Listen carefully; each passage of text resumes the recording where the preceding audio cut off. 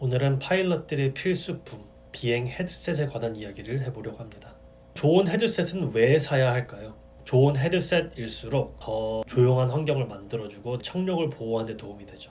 파일럿들에게 있어서 청력 보호는 굉장히 중요한 것 중 하나입니다. 비행기가 굉장히 시끄럽기 때문에 그것만으로도 우선 좋은 헤드셋을 사야 할 이유는 충분하죠. 하지만 그 외에도 부수적으로 따라오는 게 조용한 환경을 만들어주기 때문에 교관의 지시를 더 잘 들을 수 있고, 교신을 하면서도 더 또렷하게 들을 수 있기 때문에 그래서 교신의 정확성 또한 올라가고, 이런저런 면으로 봤을 때 장기적으로 굉장히 좋은 투자라고 할 수 있습니다. 그렇다면 헤드셋을 살 때 우리가 어떤 거를 사야 할까요? 세 가지 정도를 보면 됩니다. 첫 번째는 이제 ANR, PNR, ANR 혹은 ANC라고 하는데 Active Noise Reduction, Active Noise Cancellation이죠. Noise Cancellation이 보통 우리가 일반적으로 사용하는 건데요. 요즘 이제 뭐 에어팟 프로 같은 거라던가 일반적인 헤드셋을 써도 노이즈 캔슬링이 따라오죠. 그 기능이 비행 헤드셋에도 있습니다. 그 외에도 이제 PNR, Passive Noise Reduction, 이거 같은 경우는 그냥 이 고무 덮개 같은 이 마개가 귀를 덮어줌으로써 소리를 차단해주는 그런 기능을 말합니다. 노이즈 캔슬레이션 같은 경우는 플러그를 꽂아서 전원을 공급받는 경우도 있고요. 보통은 배터리로 공급을 받습니다. 자, 그럼 이제 두 번째, 블루투스의 유무.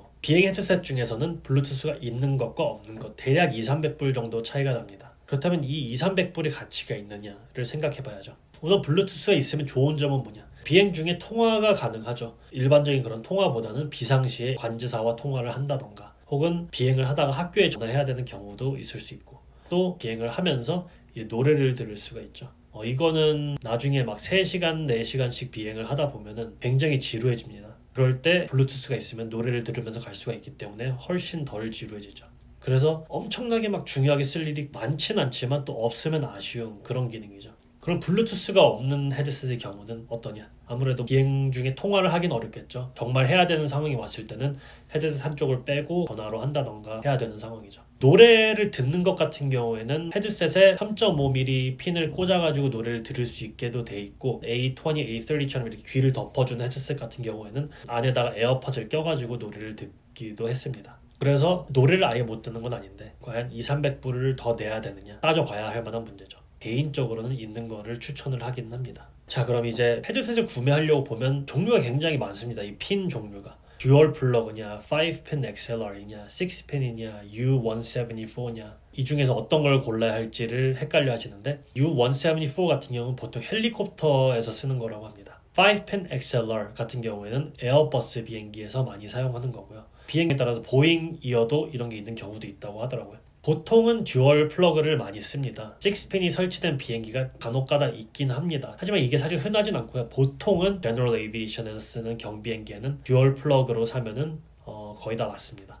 만약에 잘못 샀다고 해도 이걸 반대로 바꿔주는 어댑터 같은 경우는 40~50불에 판매를 하기 때문에 그런 걸 구매해서 사용을 할 수도 있습니다. 그럼 이제 헤드셋 어떤 것들이 있는지에 관해서 조금 알아보죠. 우선 흔히들 많이 보는 데이빗 클래크 혹은 ASA, 저는 하지 말라고 말을 합니다. 이것만 해도 한 300불에서 500불 정도 하는데, 이거 살 돈을 모아서 더 좋은 거를 사면 훨씬 오래 쓰고 훨씬 더 좋은 퀄리티로 사용을 할 수가 있습니다. 사실상 이건 정말 기본만 하자 정도의 헤드셋이기 때문에 비행을 오래 하실 분들에게는 추천을 드리지 않습니다. 라이트스피드 줄루, 이거 같은 경우는 제가 학생이 쓰는 걸 한 번 빌려서 써봤는데 제 개인적으로는 추천을 하지는 않습니다. 왜냐면은 저 같은 경우는 차라리 돈을 더 주고 보스를 사라고 말씀을 드릴 것 같은 게, 예전에 들어봤을 때 제 개인적인 견해지만 소리가 보스만큼 깨끗하지가 않았습니다. 자, 그럼 여기부터는 이제 제가 추천을 드릴 만한 상품들 위주로 말씀을 드리겠습니다. 이제 사실상 제가 추천드리는 것들은 취향에 따라 좀 갈리는 게 있기 때문에 제가 특징들에 대해서 조금 말씀을 드릴 테니 그런 걸 고려하셔서 헤드셋을 결정 내리시면 좋을 것 같습니다. 우선 보스의 A20, 이제 A30이죠. 이거 같은 경우는 이제 명불허전 보스 헤드셋이죠. 보스는 뭐 원래도 스피커로 알려져 있고 비행 헤드셋 중에서는 사실상 이게 끝판왕이죠. GA 때도 쓸 수 있고 에어라인에서도 많이 쓰고요. 퀄리티나 노이즈 캔슬링은 말할 것도 없고요. 대신에 단점을 조금 말씀을 드리자면, 저 같은 경우는 괜찮았는데 이거를 오래 쓰면은 머리를 쪼이기 때문에 좀 아프다라고 하는 사람들이 있었습니다. 하지만 그거 외에는 사실 불평할 만한 점은 전혀 없는 퀄리티가 굉장히 좋은 헤드셋입니다. 또 이 A20 같은 경우에는 오래 쓰고 있으면 여름에 또 덥다고도 많이 하더라고요. 아무래도 귀를 이만큼 덮고 있기 때문에 덥다고들 많이 하죠. 자, 그럼 이제 프로플라이트 2 이것도 보스 건데요. 제가 지금 이걸 쓰고 있는데 이거 같은 경우는 에어라인에서 굉장히 편합니다. 에어라인 같은 경우는 왜 편하냐면 푸시백을 해가지고 엔진을 켜고 그라운드 크루를 릴리스하기 전까지는 보통은 이제 헤드셋의 한쪽을 빼고 크루랑 얘기를 합니다. 그럴 때 이거 같은 경우는 한쪽만 뺄 수가 있어가지고 훨씬 대화하는데 편합니다. 이게 작은 차이지만 굉장히 많은 편안함을 가져다 줍니다. 크루징 때도 이제 승무원이 잠깐 들어와서 얘기하거나 간혹 헤드셋을 빼고 스피커를 틀고 비행하는 캡틴들이 있는데 저는 헤드셋으로 듣는 게 더 잘 들리고 좋아가지고 이런 경우에 한쪽만 끼고 있고 캡틴 쪽은 빼고 이렇게 이야기를 하기도 합니다. 또 좋은 점은 이 머리 중간쯤에 걸쳐지기 때문에 귀랑 닿는 부분이 없어가지고 선글라스를 쓸 때 걸리는 게 없어서 선글라스를 쓰기가 굉장히 편합니다. 단점 같은 경우에는 저 같은 경우에는 오래 끼고 있으면 귓바퀴에 들어가 있기 때문에 귓바퀴가 너무 아프더라고요. 아마 A20를 쓰면서 머리 눌리는 게 아프다라고 하는 사람들과 비슷할 것 같은데 귓바퀴가 좀 아프더라고요. 그리고 PNR이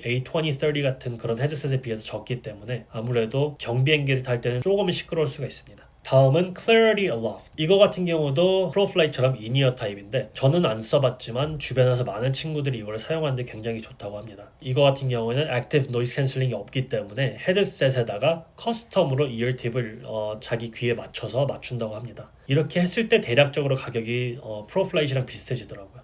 대신에 아무래도 이렇게 했을 때의 장점은 내 귓바퀴에 맞기 때문에 아마 훨씬 편안할 겁니다. 또 이거의 장점은 프로플라이 2보다 훨씬 가볍습니다. 그리고 머리에 이걸 눌리는 부분이 훨씬 적기 때문에 이 쇠 하나만 이렇게 걸쳐져 있기 때문에 머리가 안 눌려서 헤어스타일을 유지할 수가 있죠. 제가 이걸 한번 걸쳐봤을 때 개인적으로 불편했던 부분은 쇠가 귀를 타고 넘어가기 때문에 선글라스를 걸칠 때 사실상 귀에 걸치기보다 이 쇠 위에 걸쳐져가지고 저는 조금 미끄러져서 불편하더라고요. 하지만 다른 친구들은 그렇게까지 불편함은 느끼지 못하는 것 같았습니다.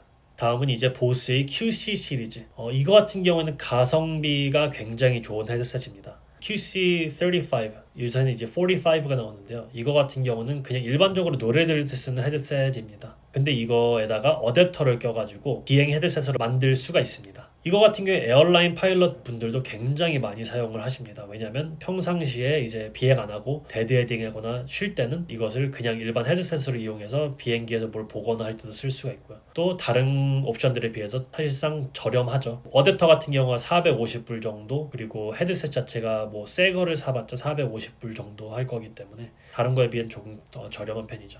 아무래도 보스의 헤드셋이다 보니까 노이즈 캔슬링 퀄리티는 굉장히 좋았습니다.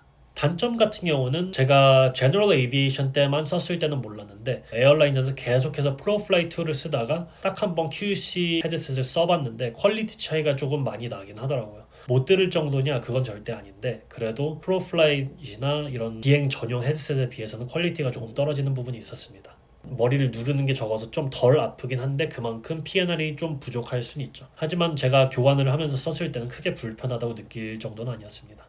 이렇게 헤드셋에 관한 이야기를 조금 해봤는데요. 헤드셋 같은 경우 한두 푼이 아니기 때문에 사실 많은 분들이 사기 전에 굉장히 많이 고민을 하십니다. 저 같은 경우도 많은 고민을 했고요. 하지만 결국에 봤을 때는 이거를 비행 시작할 때부터 쓰는 게 무조건 이득입니다. 이걸 쓰고 1시간이라도 더 타는 게 이득이고 수업 때 훨씬 잘 들려서 수업 내용 이해하는 데 도움이 많이 되고 청력 보호에도 굉장히 도움이 되기 때문에 좋은 헤드셋을 무조건 사시는 것을 추천을 드립니다. 이걸 나중에 사용하다가 중고로 팔게 되더라도 중고 가격도 괜찮습니다. 한국에서 오시는 분들은 이제 비행 커뮤니티 같은 데 가면은 중고 장터 같은 데서 가끔 매물이 올라오는데 보스 A20 같은 경우에 250시간 정도 사용한 거를 60만 원대에도 살 수가 있기 때문에 이런 거를 비행 유학 오시기 전에 사서 오실 수 있으면은 굉장히 도움이 많이 되실 겁니다. 비행 유학을 준비하시는데 도움이 되셨으면 좋겠습니다.